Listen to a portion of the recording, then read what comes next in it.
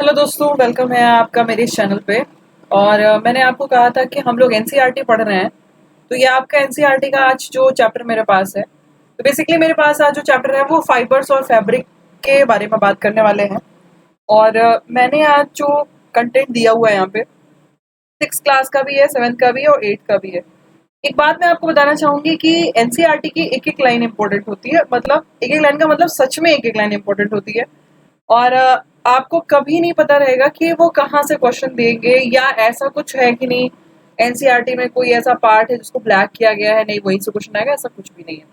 Fibre fabric में अगर हम लोग क्लास 6 से स्टार्ट करते हैं दोस्तों, तो क्या क्या चीजें दी हुई हैं। अगर हम इस पूरे लाइन में देखें तो उसमें ये दे रखा है कि सबसे पहले आपको सारे कपड़ों का टेक्सचर नहीं पता होता है। इसमें लिखा हुआ है कि अगर आप दुकान पे नॉर्मली जाते हैं तो आपको कोई भी चीज़ लेनी होती है। जैसे मान लीजिए आप ठंडी का कपड़ा लेने गए हैं तो वहाँ पे मफलर और शॉल आप ले लिए, या कुछ साड़ियाँ भी आपने वहाँ पे देख ली। पर आपको हमेशा फैब्रिक के बारे में नहीं पता होता है कि वो किस चीज़ का है। बेडशीट थोड़ा सा अलग उसके कपड़े का टेक्सचर होता है, देखे होंगे। और जो मेज पोश होता है वो थोड़ा अलग होता है, तौलिया अलग टाइप का होता है, सबके कपड़े अलग अलग होते हैं, है ना। तो अब इसमें क्या होता है, हम कैसे पहचानेंगे कि कौन सा वो फैब्रिक या फाइबर जो है उसमें यूज किया गया है। तो दोस्तों, जितने भी आप हम लोग नॉर्मली डेली लाइफ में यूज करते हैं, वो सारे के सारे आपके या तो नेचुरल फाइबर से बने होते हैं, यानी कि प्राकृतिक रेशे से बने होते हैं, या फिर वो सिंथेटिक से बने होते हैं। तो दोनों में से कुछ भी एक हम यूज करें। अब यहाँ पे बात करें, जैसे दोस्तों आपने अगर किसी भी कपड़े का किसी भी टेलर शॉप पे जाइए या कुछ भी किसी भी ऐसी जगह पे जहाँ कपड़े की कतरन रखी हो, तो आपको वो बिल्कुल ऐसा ही नजर आएगा, ठीक है। और अगर आप वैसे और फाइबर को और बेहतरीन समझना चाहते हैं तो फाइबर को आप कैसे समझ सकते हैं कि फाइबर क्या होता है। जैसे आप अगर सुई में धागा डाल के देखिए, सुई में धागे डालते हैं आप। अब वो धागा क्या होता है, कई बार एकदम उसका जो मुंह वाला पार्ट होता है वो फैल जाता है ना। आप देखेंगे धागा पतला सा है, अगर वो फैला नहीं था तो तुमने सुई में डाल दिया, नहीं तो वो फिर फैल जाता है तो बड़ी दिक्कत होती है। तो फैलने के बाद जो पतले पतले रेशे निकलते हैं ना, उसी को हम फाइबर बोलते हैं। या आप कोई कपड़ा ले लीजिए, ऐसे एक एक पार्ट उसका एक एक रेशा खींचिए, तो यही फाइबर कहलाता है, इसी को रेशा कहते हैं। तो ये बात यहाँ यही यहाँ पे इस पूरे पैरा में ना वही लिखा हुआ है कि सुई में धागा डालते समय आपको ये समझ में आता है कि वो पतले पतले फाइबर के रूप में कभी कभी फैल जाते हैं, तो हमें दिक्कत होती है, हम उसको नहीं डाल पाते हैं, ठीक है। उसके बाद जो ये लाइन दी हुई है दोस्तों आपके लिए इंपॉर्टेंट है। यहाँ पे क्या लिखा हुआ है, fabrics are made up of yarns and yarns. बोला गया कुछ वस्त्र जैसे कि आपके कुछ वस्त्र तागे से मिलकर बनते हैं, और तागे के आगे और भी तंतुओं से मिलकर के बने होते हैं। तो तागा और बहुत सारे फाइबर मिला के कोई भी कपड़ा बनता है, ठीक है, ये तो आपको पता होगा। अब जैसे कि आपका सूती कपड़ा हो गया, जूट हो गया, रेशम हो गया, यानी कि हम बात करें जैसे कॉटन की, जूट की, सिल्क की और वूल की, ये सब क्या होते हैं, इनको हम नेचुरल फाइबर कहते हैं। नेचुरल फाइबर यानी कि हम उसको प्राकृतिक रेशा कहते हैं, ठीक है, या प्राकृतिक तंतु कहते हैं। और उसके अलावा दोस्तों हम इसका अलग अलग जगह से यूज भी करते हैं। अब ये कॉटन और जूट जो है ये आपके फाइबर्स के एग्जाम्पल होते हैं, जिसको हम लोग पौधे से निकालते हैं, ठीक है। ये याद रखिएगा, बहुत इंपॉर्टेंट है क्या, कि रुई और जूट इसका पौधा होता है, उसको हम प्लांट से ही निकालते हैं या ऑब्टेन करते हैं। परंतु अगर हम बात करें ऊन की और रेशम की, ऊन की और रेशम की, तो वो जंतुओं से प्राप्त होता है। Wool and silk fibre are obtain from the animals. Clear है, आपको समझ में आ गया। और उसके अलावा दोस्तों वूल जो है हम लोग किससे किससे प्राप्त कर सकते हैं, ऊन हम कहाँ कहाँ से प्राप्त कर सकते हैं, फ्लीक ऑफ शीप और गोट। बोला गया ऊन भेड़ या बकरी के से भी हम प्राप्त कर सकते हैं। उसके अलावा ऊन बनाने के लिए हम खरगोश की भी जो ऊपर उसके बॉडी में फर होता है उसका भी यूज करते हैं। और याक नाम का एक जंतु होता है उसका भी यूज करते हैं, और ऊंट का भी यूज करते हैं। यानी कि इन लोगों से भी हम लोग क्या कर सकते हैं, आराम से प्राप्त कर सकते हैं हमारा जो फाइबर है, ठीक है। सिल्क फाइबर हम कैसे प्राप्त करते हैं दोस्तों, सिल्क फाइबर प्राप्त करते हैं हम लोग सिल्क वॉर्म से, ठीक है। रेशम कीट कोकून से निकाला जाता है रेशम तंतु, ठीक है। ये बात आपको इसमें लिखी हुई थी जो कि काफी इंपॉर्टेंट है। अब यहाँ बात करें दोस्तों, क्या हुआ है, संश्लेषित हम किसको बोलते हैं, यानी कि किस चीज को हम बोलते हैं कि वो आर्टिफिशियल है या सिंथेटिक है। तो सिंथेटिक में आपका आता है पॉलिस्टर, नायलॉन और एक्रिलिक। ये सब आपके क्या आते हैं, सिंथेटिक तंतु या सिंथेटिक फाइबर की कैटेगरी में आ जाते हैं। क्लियर हुआ आपको, ये सब क्या होते हैं, सिंथेटिक फाइबर, ठीक है, जिसको हम लोग बहुत टाइम से यूज कर रहे हैं। अभी देखिए जैसे आप लोग नॉर्मल डेली लाइफ में पहनते होंगे, तो हमेशा पॉलिस्टर वगैरह का, नायलॉन का कपड़ा बहुत थोड़ा सा धंसता है ना, थोड़ा सा बॉडी में चिपकता भी है, बहुत अजीब सा लगता है। लेकिन वही अगर आप कॉटन में कुछ पहनते हैं या अगर आप सिल्क का कोई चीज पहनते हैं तो बहुत कम ही ऐसा होता है कि वो बॉडी में आपको धसे, या थोड़ा महंगा भी मिलता है, ये भी बात है, ये भी एक बहुत बड़ा रीजन है। ये पेज दोस्तों बहुत इंपॉर्टेंट है। अब आप कहेंगे कैसे? आप कोई भी गवर्नमेंट एग्जाम देने जाएंगे दोस्तों, किसी भी गवर्नमेंट एग्जाम की अगर आप तैयारी कर रहे हैं, इवन आप किसी भी छोटे पोस्ट या बड़े से बड़े पोस्ट की भी तैयारी कर रहे हैं ना, उसमें ये ऊन प्रदान करने वाले अलग अलग जंतुओं के बारे में जरूर पूछा जाता है, क्योंकि बहुत बेसिक है, हम लोग उस पर ध्यान नहीं देते हैं। जैसे हमें क्या पता है, हमें भेड़ पता है बस, ठीक है, पर और किससे किससे प्राप्त कर सकते हैं उसके बारे में आपको बताऊं। हमारे देश में विभिन्न भागों में भेड़ों की एक अलग नस्ल होती है। यहाँ लिखा हुआ है कि अलग अलग जगह पे अलग अलग नस्ल पाई जाती है भेड़ों की, ठीक है। भेड़ की ऊन भेड़ ही ऊन का एकमात्र स्रोत नहीं है। ऐसा नहीं है कि सिर्फ आपको भेड़ ही चाहिए होगा तभी आप प्राप्त कर सकते हैं। हम बहुत सारे और भी जंतु हैं जिसके यूज से हम ऊन प्राप्त कर सकते हैं, ठीक है। अभी क्या है, नॉर्मली आपको भेड़ का जो है ऊन प्राप्त हो जाता है, वो आपको बाजार में आसानी से मिल जाता है। लेकिन और उसके अलावा और क्या है जहां से आप प्राप्त कर सकते हैं? बकरी के बाल से भी ऊन प्राप्त किया जाता है, ठीक है। तो याद रखिएगा ये बात भी कि जो बकरी का बाल होता है उससे भी ऊन प्राप्त किया जाता है। और यहाँ वही बात है कि fur and hair on the body of camels is also used as wool. और देखिए यहाँ पे ये लाइन बहुत इंपॉर्टेंट है, अंगूरा ऊन को अंगूरा नस्ल की बकरियों से प्राप्त किया जाता है।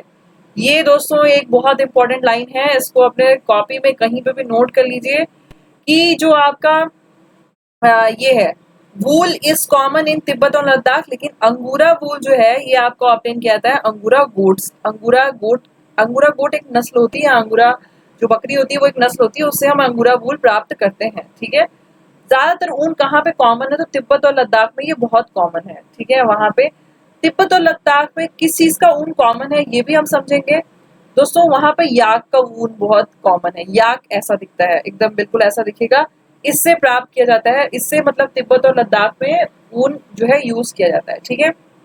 उसके अलावा और नीचे आते हैं, तीसरी लाइन में क्या लिखा हुआ है, बोला गया जो जम्मू एवं कश्मीर के पहाड़ी क्षेत्रों में पाई जाती है। क्या अंगूरा नस्ल की जो आपकी बकरी होती है ये कहाँ पाई जाती है? जम्मू और कश्मीर के पहाड़ी क्षेत्रों में ये आपको मिलेगा। याक कहाँ पाया जाता है? तो तिब्बत और लद्दाख में पाया जाता है, ठीक है। उसके अलावा दोस्तों कश्मीरी बकरी जो होती है उसके त्वचा के नीचे मुलायम बाल या फर होते हैं, उससे बेहतरीन शॉल बनाई जाती है जिसको पश्मीना शॉल कहते हैं। पश्मीना शॉल का नाम बहुत सुने होंगे आप लोग। अब पश्मीना शॉल हम कैसे बनाते हैं वही बात यहाँ पे लिखी हुई है कि ये आपका कश्मीरी गोट के पास जो है बहुत ही सॉफ्ट फर होता है, उससे हम shawl called as pashmina shawl हम बनाते हैं, ठीक है। ये भी इंपॉर्टेंट है। तो आपको कितनी चीजें पता चली? पहली बात तो आपको ये पता चला कि ऐसा नहीं है कि खाली भेड़ से ही ऊन प्राप्त किया जाता है, ऊंट से भी प्राप्त होता है, याक से भी प्राप्त होता है, बकरी से भी, और बाकी और भी आपके जंतु हैं। अब पश्मीना शॉल कहाँ की जो है बकरियां मदद करती हैं इसको बनाने के लिए? तो कश्मीरी बकरी से पश्मीना शॉल बनाई जाती है। अंगूरा नाम का जो ऊन होता है उसके लिए अंगूरा नस्ल की बकरी लानी होती है, ठीक है। याक जो होता है, याक आपका एक ऐसा जंतु है जो तिब्बत और लद्दाख में पाया जाता है, वहां पे लोग इसका ही ऊन पहनते हैं, ठीक है। इसके ऊन से बने हुए जो भी स्वेटर वगैरह होते हैं वो पहनते हैं। दक्षिण अमेरिका में पाए जाने वाला लामा और एल्पेका से भी ऊन प्राप्त होता है, ठीक है। क्या समझे आप? यहाँ पे लिखा हुआ है कि जो आपके दक्षिण अफ्रीका में पाए जाते हैं लामा और अल्पेका, उनसे भी क्या होता है? ऊन प्राप्त किया जाता है। यहाँ पे वही लाइन लिखी हुई, लामा और alpaca found in South Africa also yield ऊल।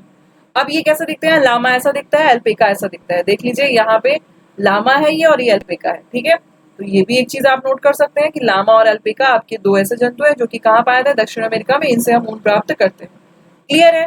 तो मैंने आपको बता दिया कि किस किस चीज से हम ऊन का ज्यादातर जो भी यूज होता है अलग अलग जगहों पे, उनसे कैसे कैसे ऊन प्राप्त करते हैं।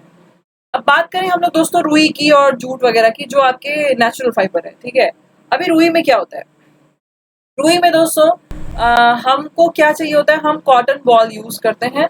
तो कॉटन बॉल कहाँ पे आता है ये हम देखते हैं। रुई कहाँ से आती है? इसको खेत में उगाया जाता है, पता होगा आपको, ठीक है। और उसके अलावा बहुत सारे ऐसे राज्य हैं जहाँ पे कॉटन की खेती बहुत तेजी से होती है। आप कमेंट सेक्शन में मुझे बताइएगा कहाँ पे कॉटन की खेती बहुत तेजी से होती है। और कपास पादप के में कॉटन बॉल जो है ना वो कैसा होता है? बिल्कुल फल की तरह वो आता है, वही बात यहाँ लिखी हुई है। Cotton plants are usually grown at places having black soil and warm climate. जहां पे भी रुई का पौधा होगा ना वहां पे क्या होगा? ब्लैक काली वाली मिट्टी होनी चाहिए और बहुत गर्म वातावरण होगा, तभी जा करके ऊन प्राप्त हो सकता है, सॉरी ऊन नहीं, जो है आपका कॉटन, कॉटन प्राप्त हो सकता है, ठीक है। और उसके लिए हमें कॉटन बॉल की जरूरत पड़ती है। ये बिल्कुल लेमन साइज का होता है, बहुत छोटा, नींबू के आकार का होता है, ठीक है। जैसे ही वो कॉटन बॉल थोड़ा बड़ा होगा, जब वो मैच्योर होगा, तो उसमें से क्या होगा, उसके बीज टूट के खुल जाएंगे, उसका बीज टूटेगा और खुलेगा। और जब वो खुल जाता है तो कपास तंतुओं से हम मिला करके आराम से उसको आगे फॉर्म कर सकते हैं। तो इसमें ये लाइन लिखी हुई है, ध्यान से देखिएगा। कपास तंतुओं से ढके बिनौले कपास के बीज को देखा जा सकता है, और फिर उस कपास के बीज से पतले पतले कॉटन का रोआ ऐसी तरीके से निकलता है, उसको हम लोग यूज कर लेते हैं, ठीक है। ये यहाँ पे लिखा हुआ है। उसके अलावा दोस्तों, जब हम कॉटन बॉल लेके आते हैं, जब हम कपास का बॉल लेके आते हैं, तो उसमें से जब हम फाइबर को अलग करते हैं, जब उसमें से हम पतला पतला जो आपका सूत है, जो हमारा रुई है, उसको जब हम लोग निकालते हैं ना, तो उस प्रोसेस को हम क्या कहते हैं, वो यहाँ पे देख लीजिएगा, उसको कहते हैं कपास ओटना, ठीक है। क्या बोलेंगे उसको, गिनिंग कहते हैं उसको। जब हमारे पास बीज हो, हम उसमें से, जैसे ये कर रहा है ना, गिनिंग ऑफ कॉटन, ऐसे निकाला जाता है। उसमें से क्या करते हैं, हम सारा रुई निकाल के अलग कर देते हैं उस बीज में से, ठीक है। पहले ये काम हाथ से बहुत होता था, अब इसका यूज हम मशीन के द्वारा करते हैं। बात समझ में आ गई। तो इस पूरे रुई वाले में बस आपको इतना ही बताना था कि कॉटन बॉल होता है नींबू के साइज का, उसमें से रुई निकाली जाती है, और रुई को निकालने का जो काम होता है ना, वो क्या कहलाता है, रुई को बीज से निकालने वाला काम गिनिंग कहलाता है, कपास ओटना कहलाता है। अभी आते हैं हम लोग जूट वाले पार्ट में। तो दोस्तों, जो जूट होता है ना, वो पटसन नाम का पौधा होता है, उससे हम लोग जूट निकालते हैं, या इंग्लिश में उसको हम जूट प्लांट भी कहते हैं, ठीक है। तो इसमें हम क्या करते हैं, इसके तने से इसको प्राप्त करते हैं। Jute fibre is obtain from the stem of the jute plant. पटसन तंतु को पटसन पादप के तने से प्राप्त किया जाता है। भारत में इसकी खेती वर्षा ऋतु में की जाती है। It is cultivated during the rainy season. Rainy season में इसको हम लोग कल्टिवेट करते हैं। कहाँ कहाँ होता है ये पटसन जूट की बात अगर हम करें तो पश्चिम बंगाल, बिहार, असम। वही चीजें याद रखिएगा, in India jute is mainly grown in West Bengal, Bihar और असम। यहाँ पे ये आपका ग्रो करता है। The jute plant is normally harvested when it is at flowering stage. हम जूट की फसल की कटाई तभी करते हैं जबकि वो फ्लावरिंग स्टेज में आ जाता है, जब फूल देने लायक हो जाता है, तब हम लोग क्या करते हैं, उसको हम लोग निकाल लेते हैं, ठीक है। फसल कटाई के बाद हम क्या करते हैं, उसका तना कुछ दिन तक पानी में डुबा के रखते हैं, ठीक है। Stem of harvested plant are immersed in the water of few days. बोला गया वाटर फॉर फ्यू डेज। जब पहले आप इसको क्या करेंगे, जब इसकी कटाई हो जाएगी तो उसका तना निकाल करके इसको पानी में डुबा करके रखते हैं, ठीक है। और फिर क्या करते हैं, उसमें से जूट को हाथ से अलग किया जाता है। वस्त्र बनाने से पहले इन सभी तंतुओं को तागों में परिवर्तित करते हैं। जब भी हमें बनाना होता है उसका कपड़ा, तो हम क्या करते हैं, उसके पतले पतले तागे हम पहले निकाल करके अलग करेंगे, तब जाके ये हो पाता है, ठीक है। आप लोग अगर गांव से बिलोंग करते होंगे, या आपने कभी देखा होगा तालाब में बीच में खड़े होकर लोग इसको अलग करते रहते हैं, उसमें ये काम होता है, ठीक है। अब हम लोग बात करते हैं दोस्तों आपका यहाँ पे किस प्रकार से हम ऊन और रेशा ये सारी चीजें प्राप्त करते हैं। कौन कौन सी ब्रीड बहुत फेमस है जिसका वुड क्वालिटी मतलब वूल क्वालिटी मतलब ऊन का जो क्वालिटी होता है वो बहुत अच्छा होता है। यहाँ पे देखेंगे दोस्तों, एक नस्ल होती है जिसका नाम है लोही। लोही नस्ल होती है भेड़ की। इसमें क्या होता है, ये बहुत अच्छी गुणवत्ता वाला ऊन देते हैं, ठीक है। ये कहाँ पाया जाता है, राजस्थान और पंजाब में पाया जाता है। एक आपकी नस्ल होती है जिसका नाम है रामपुर बुशायर, वो आपका भूरी ऊन देती है और उसको उत्तर प्रदेश और हिमाचल प्रदेश में बहुत यूज किया जाता है। नाली या नली एक नस्ल होती है जिसके हम गलीचे का ऊन हम प्राप्त करते हैं, और राजस्थान, हरियाणा और पंजाब में उसको हम यूज करते हैं, ठीक है। यहाँ पे गलीचा मतलब कारपेट होता है, यहाँ पे देख सकते हैं आप। बाखरवाल की अगर हम बात करें दोस्तों, बाखरवाल जो है इससे हम क्या करते हैं, वुलन शॉल बनाते हैं। ऊनी शॉल बनाने के लिए इसका यूज करते हैं। जम्मू और कश्मीर में इसका बहुत ज्यादा यूज होता है। मारवाड़ी नस्ल जो होते हैं दोस्तों, मोटी रुक्ष ऊन इससे हमें प्राप्त होती है। कोर्स वूल इससे हमें प्राप्त होती है, ये गुजरात में मिलता है आपको। पाटनवाड़ी की बात अगर करें दोस्तों, तो ये हौजरी के लिए यूज करते हैं, हम लोग हौजरी के लिए इसका यूज करते हैं। गुजरात में आपको सबसे ज्यादा प्राप्त होता है। अब आप सोच रहे हैं इससे हमें क्या फायदा है, पर देखिए आप याद रखिएगा, ये बहुत इंपॉर्टेंट है, आपको पता होना चाहिए, आपकी जानकारी के लिए भी और आपके एग्जाम के लिए भी, ठीक है। देखिए दोस्तों, ऊन प्राप्त करने के लिए हम क्या करते हैं, ऊन प्राप्त करने के लिए पहले भेड़ को पालना पड़ेगा। भेड़ का लालन पालन करेंगे, और वहां पे ये चीजें ज्यादा ऊन वाला जो काम होता है वो जम्मू कश्मीर, हिमाचल प्रदेश, उत्तराखंड, अरुणाचल प्रदेश, सिक्किम, यहाँ की पहाड़ियों में बहुत ज्यादा होता है। भेड़ों को झुंड में चराने के लिए जाते हैं और वहां पे क्या करते हैं, अच्छा खासा उनको खिला पिला के मोटा ताजा कर लेते हैं। और फिर उसमें क्या करते हैं, कुछ ऐसी नस्ल होती है जिसको छांट लेंगे कि किसमें बहुत अच्छा मतलब गुणवत्ता वाला ऊन मिल सकता है, तो उसमें से वो उसकी उनके भेड़ के बाल जो है उनकी पतली परत से बाल को निकाल लेते हैं। फिर उसके बाद आराम से उनको बनाते हैं, उनका फॉर्मेशन करते हैं। ठीक है, तो ये चीज है।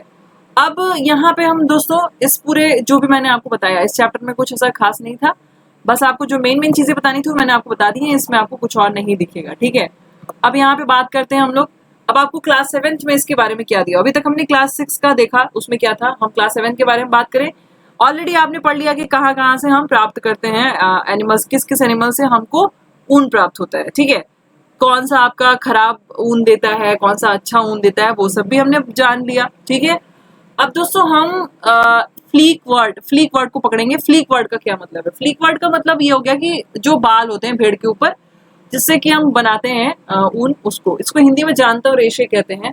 तो ये जंतु से प्राप्त किया जाने वाला जो रेशा होता है जानतव रेशा या फिर फ्लीक के नाम से जाना जाता है। ठीक है, बाकी किस किस जो है आपके वो होते हैं एनिमल जिससे हम प्राप्त करते हैं, इसके बारे में मैंने आपको ऑलरेडी बता दिया है। ठीक है, अब चलते हैं हम लोग दोस्तों यहाँ पे एनिमल दैट यील्ड वूल्स, उनके बारे में तो हम लोग बात कर लेते हैं। कौन कौन से एनिमल थे, जल्दी से आप मुझे बता दीजिएगा। मैंने अभी आपको पीछे बताया, आप कमेंट सेक्शन में नाम जरूर लिखेंगे कौन कौन से ऐसे एनिमल हैं जिससे आप ऊन की प्राप्ति कर सकते हैं, उनके नाम के साथ लिखिएगा और कहाँ पाए जाते हैं ये भी आप मुझे कमेंट सेक्शन में बताइएगा। क्लियर है आपको। बाकी दोस्तों यहाँ पे पूरा दिया हुआ है कि हम कैसे हम भेड़ से ऊन को ऑब्टेन कर सकते हैं, तो वो चीज आप देख सकते हैं। पहले आप भेड़ से के शरीर से पूरा जो है ऊन उसको निकालेंगे, उसके बाद फिर क्या करेंगे, हम लोग उनकी सोर्सिंग करेंगे, उसके बाद उसको टैंक में डाला जाता है, फिर उसका टैंक में डाल करके वहां पे अलग किया जाता है। यही क्या लिखा हुआ है, पहले उसकी शेयरिंग करते हैं, भेड़ के ऊन को कतरना करते हैं, टंकियों में उसका अभिमार्जन करेंगे, स्यूरिंग और सोर्सिंग इन द टैंक्स, उनको हम टंकी में डाल देते हैं ताकि उसका पूरा डस्ट वगैरह गंदगी उसकी पूरी निकल जाए। फिर मशीन के द्वारा हम उसमें सफाई करते हैं। ठीक है, हम क्या करेंगे कि उसमें कुछ ऐसा गंदगी ना रह जाए, उसके लिए उसकी सफाई करके निकाल देते हैं। फिर हम ऊन का धागा बना लेते हैं, हम उसको मशीन से साफ करेंगे, फिर रोलिंग उसका हम कर देंगे। तो ये एक बेसिक प्रोसेस है। ठीक है, तो ये सारा चीज जो है ना वो मैंने आपको बताया। अब यहाँ पे आपने जो जो चीजें देखी है दोस्तों वो आप समझ गए होंगे। जो मैंने आपको कमेंट सेक्शन में पूछा है, आपको बताना क्या है, कौन कौन सी नस्ल से हम ऊन प्राप्त कर सकते हैं, आप मुझे ये बताएगा। अब आते हैं हम लोग सिल्क के बारे में पढ़ने के लिए दोस्तों, बहुत इंपॉर्टेंट है। जैसे सिल्क में आपको क्या समझना होता है, बेसिकली आपने ये तो पढ़ा होगा कि हम जो है सिल्क का फॉर्मेशन करना होता है जब भी हम, तो उसके लिए रियरिंग वगैरह करते हैं, तो उससे हमें प्राप्त हो जाता है। अब इसमें हमको क्या देखना है, यहाँ पे देखिए क्या है, female silk moth lay eggs बोला गया है। जो फीमेल सिल्क मॉथ होता है वो क्या करता है, अंडे देता है। ठीक है, यानी कि जो मादा होती है वो क्या करती है, अंडे देती है। ठीक है, उसके बाद क्या होता है, यहाँ लिखा हुआ है जिसे हम जो वो अंडे देती है, फ्रॉम विच हैच लार्वा, उस अंडे से एक लार्वा निकलता है, उसे हम कैटरपिलर्स और सिल्क वॉर्म के नाम से भी जानते हैं। ठीक है, ये देखिए यहाँ पे इन्होंने मलबेरी की पत्तियों में इन्होंने अंडा दिया है, इस अंडे से क्या होगा, सिल्क वॉर्म आपका निकल करके आएगा। ठीक है, और उसके बाद they grow in the size and when the caterpillar is ready to enter the next stage of its life history is called pupa. ठीक है, क्या होता है, ये जैसे ही ग्रो कर जाते हैं दोस्तों, ये जैसे ही क्या करेंगे, धीरे धीरे ग्रो कर जाएंगे, तो ये प्यूपा के स्टेज में जाने लगते हैं। ठीक है, जल्दी ही कैटरपिलर स्वयं को पूरी तरह से रेशम के रेशों से ढक लेता है और प्यूपा बन जाता है। ये क्या करेगा, प्यूपा का फॉर्मेशन कर लेते हैं। Its first weaves a net to hold itself and it swing its head from the side to side from the figure 8। ठीक है, यहाँ पे लिखा अगर आप 8वें फिगर में देखेंगे तो आपको ये चीज बहुत अच्छे से क्लियर होगी, क्योंकि आपका यही है कि कुछ इसी प्रकार से वो आपका दिखने लगता है। ठीक है, यहाँ पे बात लिखी हुई, ये आवरण कोकून कहलाता है। क्या करते हैं, वो कोकून का फॉर्मेशन कर लेते हैं। जो प्यूपा होता है वो अपना बाहरी अपना जो बॉडी होता है ना उसको पूरा एकदम ढक लेता है पूरे रेशे से, तो उसको कोकून का नाम देते हैं। ठीक है, उसके बाद उस कोकून के अंदर में इंसेक्ट जो होता है उसका धीरे धीरे डेवलपमेंट होता है। ठीक है, क्या होगा, उसमें कैटरपिलर जो है वो धीरे धीरे फाइबर निकालने लगते हैं, पतले पतले रेशम निकालने लगते हैं, और फिर धीरे धीरे अपना विकास भी करते रहते हैं। तो रेशम के रेशे का उपयोग रेशम वस्त्र बुनने के लिए हम लोग कर लेते हैं, और वो क्या करता है, बहुत तेजी से अपना पूरा निकाल देता है। अब ये लाइन आपके लिए इंपॉर्टेंट है। क्या आप कल्पना कर सकते हैं रेशम का मृदु रेशा स्टील के तार जितना मजबूत होता है? यानी कि सिल्क जो है दोस्तों वो स्टील के तार जितना मजबूत होता है, याद रखिएगा, इंपॉर्टेंट है, ठीक है। तो इससे हम लोग प्राप्त करते हैं रेशम का धागा। रेशम कीट से कोकून रेशे से तैयार किया जाता है। रेशम कीट अनेक किस्म के होते हैं और वो काफी अलग अलग दिखाई देते हैं। उनसे प्राप्त होने वाले रेशम का धागा से हमें चिकनाहट, चमक, ये सारी चीजें नजर आती हैं। सबसे सामान्य रेशम जो होता है वो शहतूत रेशम कीट होता है। इससे हम लोग रेशम फाइबर और चमकदार लचीला एक अच्छा सा प्राप्त कर लेते हैं। ये चीज जो मैंने आपको बताई, इसमें याद रखने वाला क्या था? तो याद रखने वाला आप याद रखेंगे कि जो फीमेल होती है, फीमेल सिल्क जो होती है, फीमेल सिल्क वो क्या करेगी, अंडा देगी मलबेरी के पौधे पे, फिर धीरे धीरे वो सिल्क वॉर्म में कन्वर्ट होता है और फिर वो कोकून से अपने आप को ढक लेता है, फिर पतले पतले सिल्क को निकालता है। ये पूछा जाता है कि जहाँ पे हम रेशम कीट पालन को हम क्या कहते हैं, तो सेरीकल्चर उससे हम लोग कहते हैं। ये भी याद रखिएगा, बहुत इंपॉर्टेंट है, ठीक है। याद रखेंगे, ये बहुत अच्छा है और बहुत इंपॉर्टेंट भी है, ठीक है। नेक्स्ट आ जाते हैं हम लोग यहाँ पे। जो भी चीजें मैंने आपको बताई वो यहाँ पर लिख रखी हुई है, ठीक है, कि क्या क्या उसमें था, क्या क्या चीजें आपको समझनी थी। अब उसके बाद हम लोग देख लेते हैं दोस्तों, बोला कि सिल्क जो है ना वो आपका एक प्रकार का जब वो रेशा निकालता है कैटरपिलर, तो वो एक प्रकार के प्रोटीन के फॉर्म में निकालता है, पर धीरे धीरे वो सिल्क फाइबर में बन जाता है क्योंकि वो हार्ड हो जाता है, ठीक है। और फिर उसका आगे हम लोग यूज कर लेते हैं धीरे धीरे करके। वही वही चीज यहाँ पे लाइन वाइज लिखा हुआ है। This covering is known as cocoon, जो मैंने पीछे अभी आपको बताया वो सारा कुछ यहाँ पे इंग्लिश में लिखा हुआ है, ठीक है। और इसमें आपको ये सारी चीजें जो है दोस्तों याद रखनी थी। जो भी मैंने आपको बताया वो इस प्रकार से संपन्न किया जाता है। अब यहाँ पे हम देख लेते हैं आपको क्या क्या चीजें ऐसी थी जो बहुत इंपॉर्टेंट थी, जो मैंने आपको पूरे चैप्टर में बताई। चलिए नोट कर लीजिए। Silk comes from the silk worm and the wool is obtain from the sheep, goat and yak. हमेशा क्या है, याद रखेंगे, जो रेशम होता है इसको हम लोग सिल्क वॉर्म से प्राप्त करते हैं और जो ऊन होता है ये आपका शीप, गोट और याक से प्राप्त किया जाता है। तो सिल्क और वूल दोनों क्या हुए, जंतु रेशे हुए। हेयर ऑफ कैमल, लामा और alpaca are also process to yield wool. बोला गया जो बाल होता है भेड़ का, ऊंट का और लामा का, अल्पेका का, उससे भी हम लोग ऊन प्राप्त कर सकते हैं। In India mostly sheep are reared from the getting wool. India में ज्यादातर जो भेड़ होते हैं उनको हम लोग ऊन निकालने के लिए ही यूज करते हैं। शीप हेयर को हम बॉडी से निकालते हैं, उसको बोला जाता है शीयरिंग ऑफ करना। फिर उसके बाद उसके खाल को हम जब पानी में डालते हैं तो उसको सोर्सिंग कहते हैं। फिर सॉर्टेड, फिर ड्राई करेंगे, फिर उस पर कलर देंगे, फिर वो आपका तैयार है। Silkworm are caterpillar of silk moth. Silkworm जो होता है वो सिल्क मॉथ के कैटरपिलर से ही प्राप्त किया जाता है। पूरे लाइफ साइकिल में जो भी आपका सिल्क मॉथ होता है वो कुकुन के फॉर्म में पाया जाता है। वहीं से वो क्या करता है, सिल्क फाइबर निकालना शुरू करता है अपने बॉडी से। सिल्क फाइबर ये एक प्रकार के प्रोटीन होते हैं, ये बहुत इंपॉर्टेंट है, याद रखिएगा। Silk fibre from the cocoon are separated out and reeled into the silk thread, ठीक है। चलिए, तो जो मैंने आपको बताया वो क्लास 6-7 का यहाँ तक इंपॉर्टेंट चीजें जो है वो दे रखी थी। अभी हम लोग आते हैं अगर 8th में दोस्तों। 8th में ज्यादा कुछ दिया नहीं है। 8th में आपको कुछ इंपॉर्टेंट चीजों के बारे में उससे आगे बढ़ के दिया हुआ है। बोला कि आपने क्लोथ पढ़ लिया, फैब्रिक पढ़ लिया, अब थोड़ा सा हम बात करेंगे यहाँ पे क्या बोला जाता है कि सिंथेटिक फाइबर जो होते हैं उनको हम लोग ह्यूमन बीइंग के द्वारा वो बनाया गया था, इस वजह से हम उसको सिंथेटिक या मैनमेड कहते हैं। तो भाई ये बात सबको पता चल गई, पीछे पता चल गई है ना। अब यहाँ पे एक चीज लिखी हुई, synthetic fibre is also a chain of small unit joint together. जो सिंथेटिक फाइबर होता है उसको हम लोग बहुत सारे छोटे छोटे यूनिट से मिला करके बनाते हैं। वो यूनिट आपका पॉलीमर कहलाता है, ठीक है। उसे क्या कहेंगे, बहुलक कहते हैं हिंदी में। तो उससे मिला करके कोई भी सिंथेटिक फाइबर आपका बनता है, ठीक है। तो यही चीज इसमें लिखी हुई है। जैसे कि अब हम बात करें दोस्तों रेयॉन की। रेयॉन के बारे में भी आपको पूछा था, बहुत इंपॉर्टेंट इससे क्वेश्चन आता है। सिंथेटिक फाइबर में अगर हम आए तो सबसे पहला आपका रेयॉन है, ठीक है।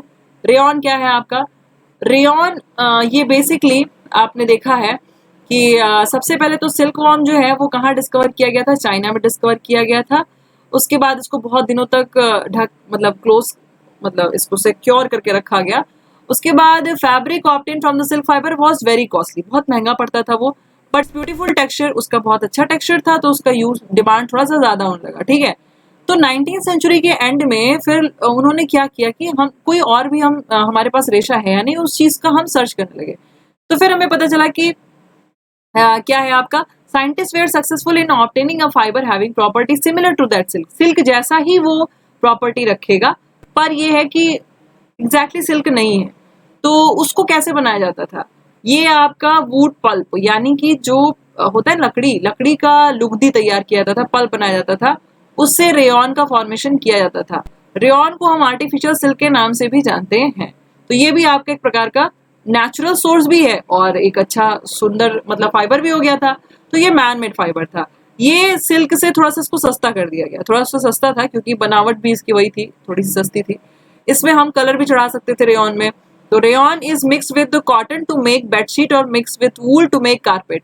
रेयॉन को हम कैसे यूज कर सकते हैं, रेयॉन को आप मिला दीजिए कॉटन के साथ, सूत के साथ, ताकि बेडशीट बन जाए, और फिर उसको मिक्स कर दीजिए वूल के साथ ताकि कारपेट बन जाए, यानी कि चटाइयां आपकी बन जाए। नायलॉन पे आते हैं दोस्तों, तो नायलॉन आपका क्या है, ये भी मैनमेड फाइबर है। ये 1931 में इसकी डिस्कवरी हुई थी और ये बहुत ही नेचुरल रॉ मटेरियल है जिसको हम प्लांट या फिर एनिमल से हम इसका प्रिपरेशन कर सकते हैं। इसको सबसे पहले बनाया गया था कोल, वाटर और एयर से, ठीक है, यानी कि कोयला, वाटर और एयर से बनाया गया था।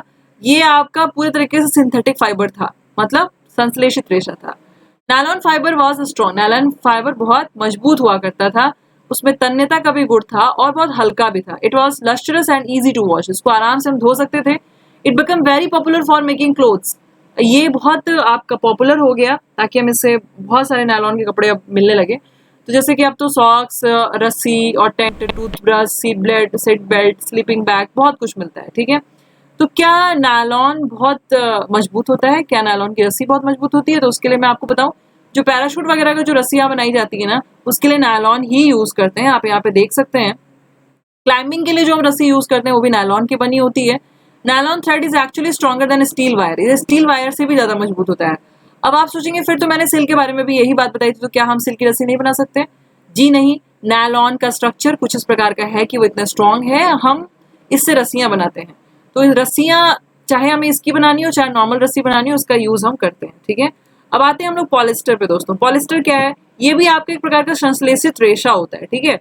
और इसको ये कभी भी ना जल्दी सिकुड़ता नहीं है, इसकी एक खास बात होती है, और बहुत इजी टू वॉश होता है, आराम से धो सकते हैं। और अगर कोई भी स्टाइलिश ड्रेस बनाना है तो पॉलिस्टर का यूज करके आराम से बनाया जा सकता है। तो लोग बहुत आराम से पॉलिस्टर का शर्ट वगैरह पहनते हैं, सस्ता भी पड़ जाता है। उसके बाद अगर हम बात करें टेरिलीन का, टेरिलीन जो है ये एक प्रकार का पॉलिस्टर ही होता है, ठीक है, और उसी का ये फॉर्म है। तो इसको भी यूज किया जाता है बहुत सारे कपड़े बनाने में।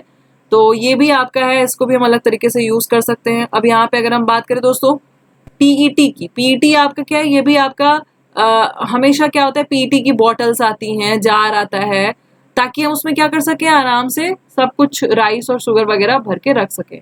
तो पीईटी जो है ना, ये भी आपका एक फैमिलियर फॉर्म होता है पॉलिस्टर का। इसके लिए हम बहुत सारे बर्तन, फिल्म, वायर, ये सब बनाने के लिए इसका यूज करते हैं, ठीक है। तो पॉलिस्टर बेसिकली इसमें है क्या दोस्तों, ये आपका पूरा का पूरा एस्टर से बना हुआ है, ठीक है, केमिकली कॉल्ड एज एस्टर, इसको हम एस्टर के नाम से जानते हैं। एस्टर एक ऐसे केमिकल होते हैं which give fruits their smell, वो फ्रूटी स्मेल देगा। और fabric are sold by the name like polycot, polywool, इसका जो फैब्रिक होता है ना, इसको कैसे बेचा जाता है, टेरिकॉट, पॉलीकॉट, पॉलीवूल, इस सब नाम से बेचा जाता है, ठीक है।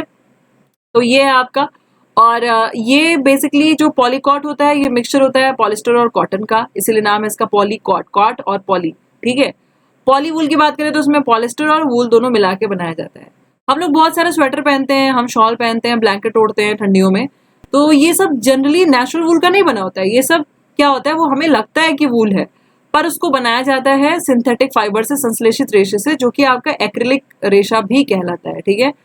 तो बेसिकली अगर हम बहुत महंगा अगर ऊन का कुछ लेने जाएंगे तो हमें बहुत, मतलब अगर हम अच्छा क्वालिटी लेने जाएंगे तो हमें बहुत महंगा मिलेगा। तो इसीलिए क्या होता है कि हम अगर उसमें एक्रिलिक जो आपका फैब्रिक है वो मिला देते हैं तो थोड़ा सा वो सस्ता हो जाता है, और उसमें हम आराम से कलर भी दे देते हैं। तो बेसिकली वो एफोर्डेबल हो जाता है, इसलिए हम इसका भी यूज करते हैं, ठीक है। तो ये सारी चीजें आप याद रखिएगा। सिंथेटिक फाइबर जो है वो जो आपका बनाया जाता है, उसके लिए बेसिकली हमारे पास पेट्रोलियम ओरिजिन होना चाहिए। जैसे कि मैंने अभी पीछे बताया आपको, हम लोग कोयले का भी यूज करते हैं सिंथेटिक फाइबर बनाने के लिए, तो पेट्रोकेमिकल के नाम से भी जाना जाता है।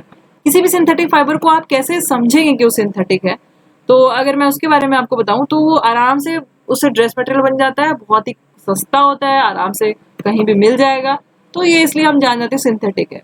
कॉटन की चीजें हमेशा महंगी मिलती हैं, ध्यान दिए होंगे आप लोग, तो ऐसा होता है। वैसे अगर हम लोग और दूसरे फाइबर की बात करें तो एक आपका प्लास्टिक भी है। प्लास्टिक का हालांकि हम तो कुछ नहीं पहनते, पर कुछ चीजें हैं जैसे रेनकोट वगैरह वो हम लोग पहनते हैं प्लास्टिक का, ठीक है। तो दोस्तों यहाँ से इस टॉपिक से, प्लास्टिक वाले टॉपिक से हम लोग अपने नेक्स्ट वीडियो में डिस्कस करेंगे। और अभी मैंने जितना बताया उसके बारे में आप कमेंट सेक्शन में जरूर बताइएगा कि आपको समझ में आया या नहीं आया। थैंक यू सो मच, मिलते हैं अपने नेक्स्ट वीडियो में। तब तक के लिए अपना ख्याल रखिएगा। इस चैप्टर को बहुत ध्यान से पढ़िएगा, 2-3 बार पढ़िएगा तो आराम से समझ में आ जाएगा। Bye bye.